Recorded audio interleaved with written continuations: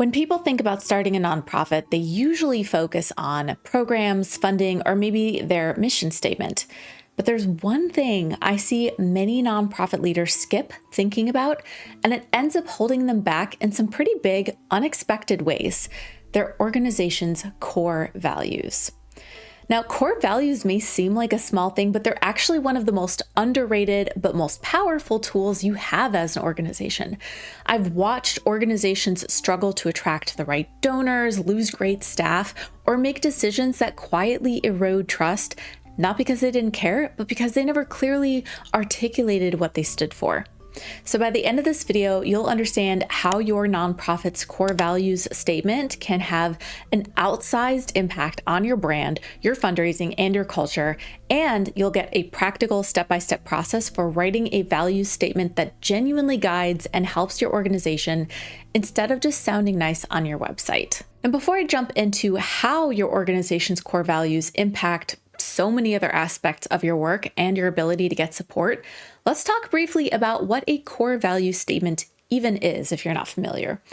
In a nonprofit context, a core value statement is a short list, usually 3 to 5 values, that explains how your organization operates, makes decisions, and treats people while pursuing its mission.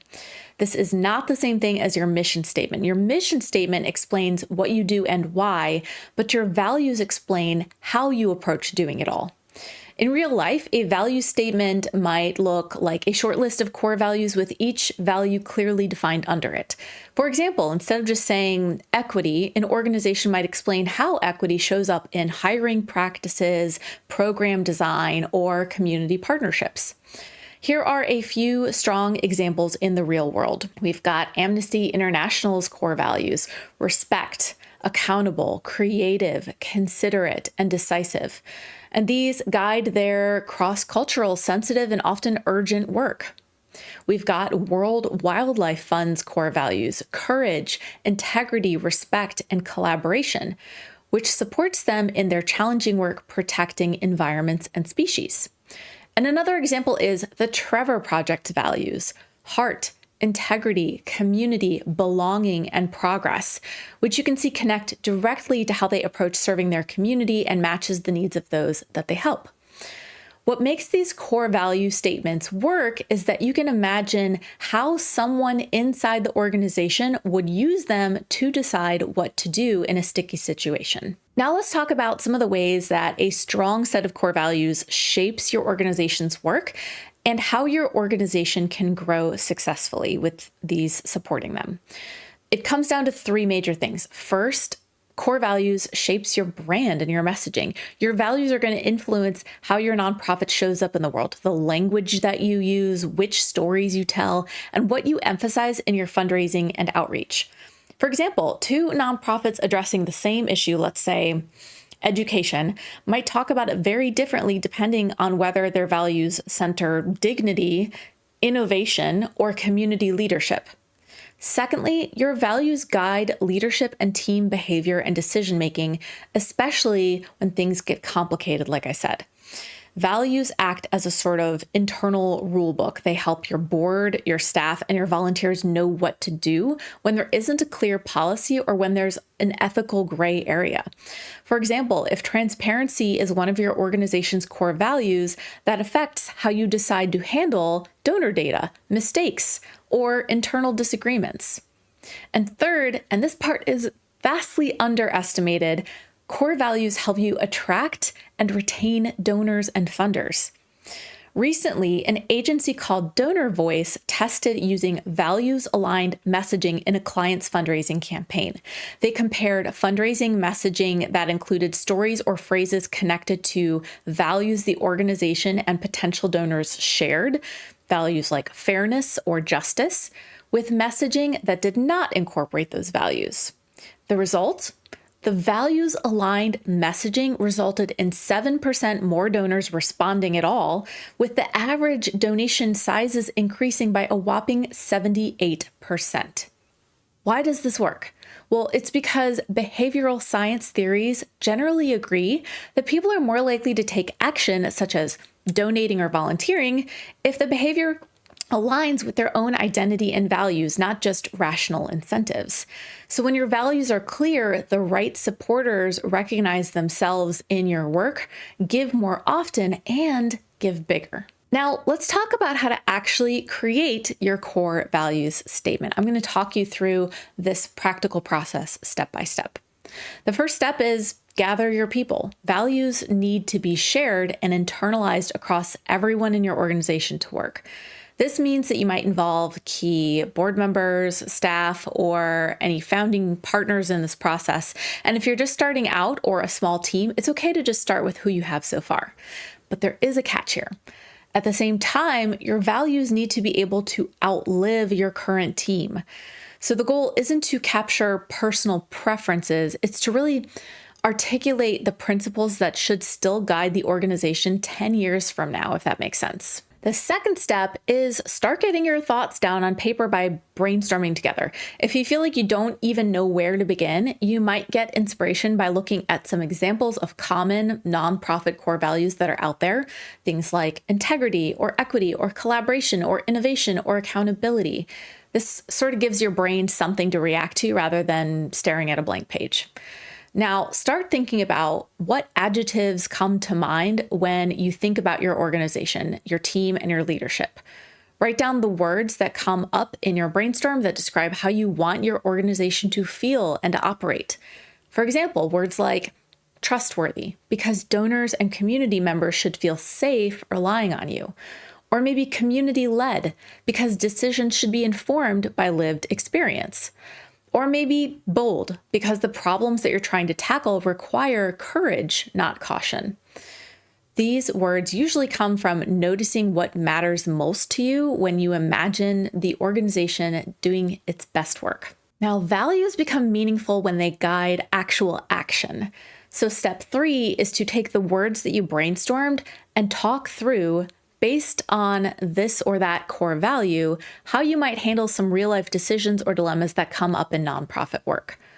For example, scenarios like, what do we do if a major donor wants influence in our organization that conflicts with our mission? Or how should we respond publicly when we make a mistake? Or who gets a seat at the table when decisions are made? Different values could lead you to different answers. For example, a value of community-led or community voice might push you to slow down a decision to gather feedback from your community, whereas a value of urgency might push you to act quickly in a crisis. Based on your reflection on different scenarios, take a moment to remove any core value words from your brainstorm list that no longer feel like they fit. This step helps separate words that are merely aspirational from your true operational values. Once you've brainstormed, step 4 is to look for patterns. Group similar words together and name the underlying concept under those words. So if your list includes things like creative, future-focused, and experimental, then those might all roll up under a value called innovation.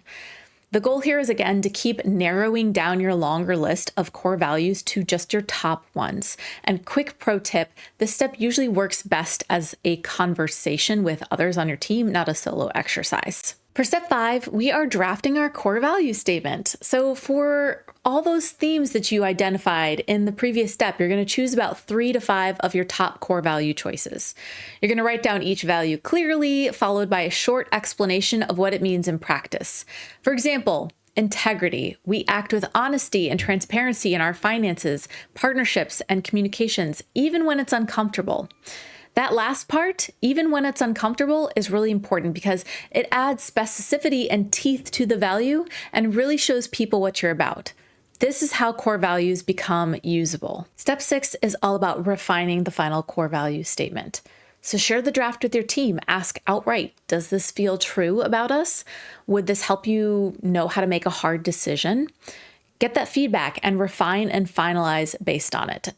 And then we're going to talk about what to do with your values once they're written in just a moment. But first, I want to take a moment to thank the video sponsor, Click and Pledge. I can tell you from firsthand experience that starting and growing a nonprofit can feel really overwhelming.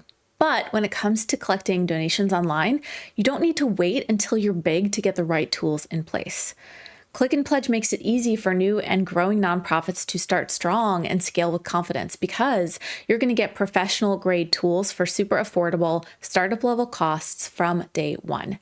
They've got customizable donation forms that you can plug right into your website to start building that foundation of your strong online fundraising strategy.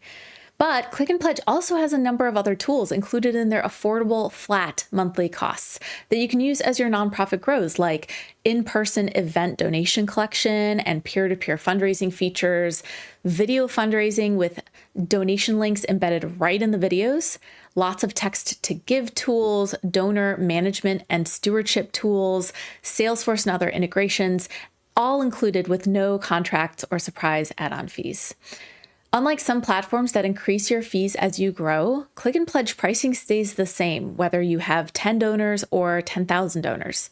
Use the QR code and link in the description to check out Click and Pledge, book a demo, and get your first $25 monthly fee waived. So let's talk about this final piece, because here's the thing. Your core values aren't meant to be created and then collect dust on a shelf. There are several ways to use them right away to boost your mission, such as adding them to your website, sharing them in a newsletter update, using them in fundraising messages and presentations, including them in training when onboarding new board members or staff or your lead volunteers. And also, it's important to revisit them when decisions feel hard. So if you leave this video thinking values are just branding language, you're going to miss their full potential and their power. Because core values aren't designed for easy times, they're designed for when times get hard. That's when they do their real work. At the end of the day, strong core values are meant to act like a compass. They don't give you every answer, but they help you stay oriented when things get uncertain. All right, so what do you think? What are some of your core values if you've done this exercise or thought about this at all? I'd love to read about them in the comments below. And if you've been focused on programs or funding and you haven't thought much about values yet, that's okay. This is often work that people come back to and just wish they'd done earlier. A practical next step is to just block off some time for core values brainstorming sessions to simply start the conversation. If you want additional guidance and support, I always share weekly tips and resources for nonprofit leaders and changemakers in my free newsletter. I'll leave the link to subscribe in the description below this video, and you can also find it on my website, changemakercafe.com.